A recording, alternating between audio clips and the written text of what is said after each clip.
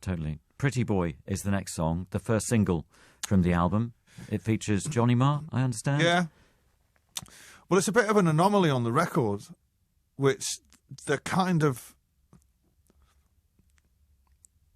the wind-up merchant in me was like thinking, well, this has got nothing to do with the record apart from the fact that it's a great tune. And I thought, yeah, when people hear it for the first time, they won't like the drum machine. And I was like, so let's put it out then, you know. And so, but again, that was written at home on an acoustic guitar late at night, and you know, the melody's very reminiscent of a Bowie thing, and then it started to sound like The Cure, and yeah, and I was always going to ask Johnny to play on it, and you know, he came down. Obviously, we've spoke about Johnny before, but he came down. He doesn't like to hear the tracks before he comes to the studio, so he comes down, he sets his gear up, and he straps his guitar on, and then he says, right, let's hear it, you know, and he's hearing it for the first time, and he's immediately playing along with it. But he didn't, the motif thing that he plays, he didn't get it straight away, which is something that he usually does.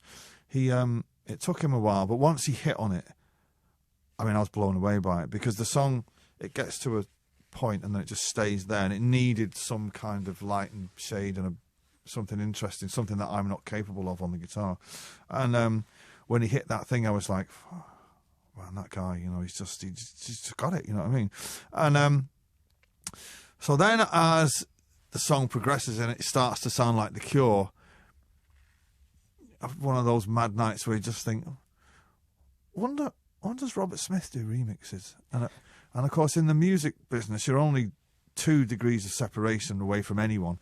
So you always know someone who knows someone, you know, who will know.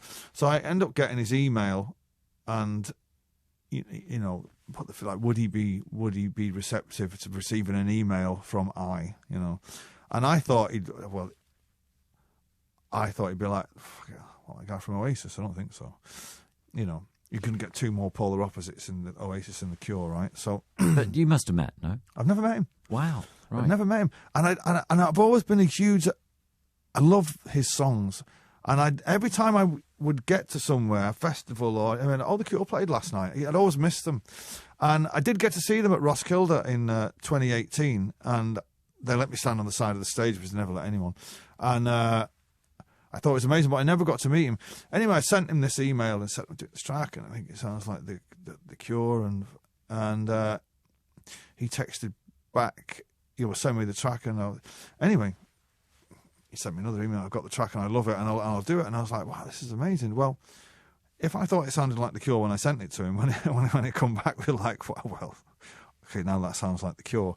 And it wasn't until I was playing it to someone in the studio, and they'd said, wow, it's like a moment in music. There's like Robert Smith's playing on it, one of The Cure. Johnny's playing on it, one of the Smiths. And you're playing on it, one of Oasis. And I was like, you know, the triad you never thought you needed until you heard it. But it was a great moment. And I've subsequently met him. And he's a really funny, I didn't know he's from the North, which, he's from Blackpool. But his family are. Because he grew up in Sussex, didn't he? Somebody told me, I don't know, I mean, yeah. I've not gone into it. Somebody told me he's from Blackpool. I think it was John Robert told me he's from Blackpool. You can't trust that John Rob. But yeah, I've kind of met him briefly, and I mean, I've always been an admirer of his tunes. I vividly remember standing on a beach staring at the Singles album in HMV in Manchester.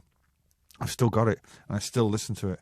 You know, that run of singles they had in that period was just, I mean, you know, yeah. I mean, he's got it.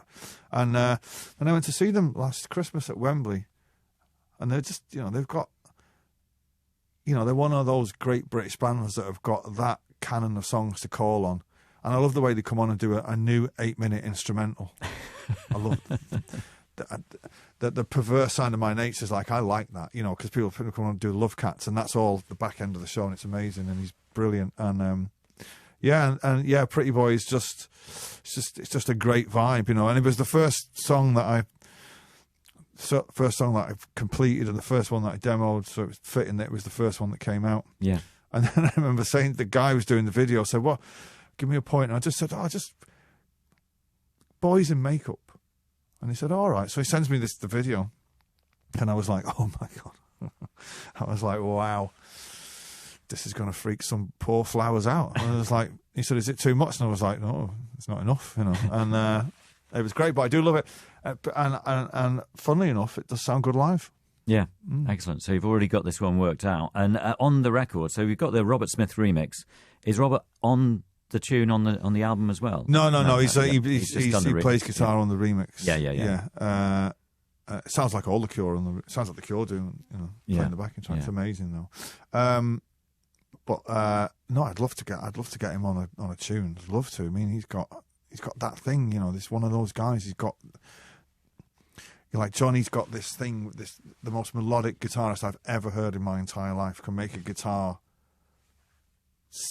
not sonically sound like a string section, but can do these things that no one else can do. And Robert Smith's got that thing when he plays his baritone. There's nothing quite like it, He's like a hybrid of Peter Hook, and I don't know. He's something else for sure. Dead to the World